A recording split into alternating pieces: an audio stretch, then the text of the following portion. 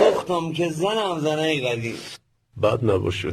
کاکا کمربند 15,000 تومانی درد میگیره. نه زهره. زن ما 2 تا الاستش خورده، زنده ایمونه، بی چی ول کرده رفته پیر شده. حتما با سگک زدی. جون سگک داره ای، ارواح پدرم با قسمت پنبهش. خواهی دنبال بونه بوده رفتنی میره. ها بالله.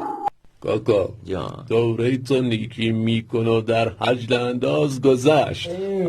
کاکا. جناب عالی دیرو پسرم تو خیابون دیدم. خب کدومش کاکا؟ بزرگو نوکردم که دوا میزنه. خب 10 کیلو کارتون کمکش کردیم، رفت عقب یه میدونی گرفت، گفتم جوونیه نکنه دستم ماچ کنه، با ساکات پرنده تو کلیه ما بزنه. بعد بگو چیشی گفت عوضی. چی گفت کاکا؟ گفت برو آلاش. آدم با پدر خودش.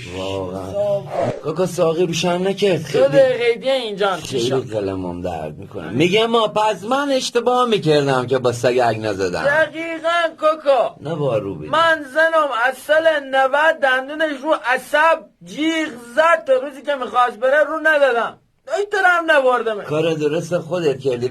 من که دیگه تنهی نمیتونم تحمل کنم، خیلی فشار ورده به من که دیگه واقعا میخوام ترک کنم. این سری هم کاکا ساقی اومد زحمت کشید، میکشیم ولی از فردا ارباب پدرم ترک باشگاه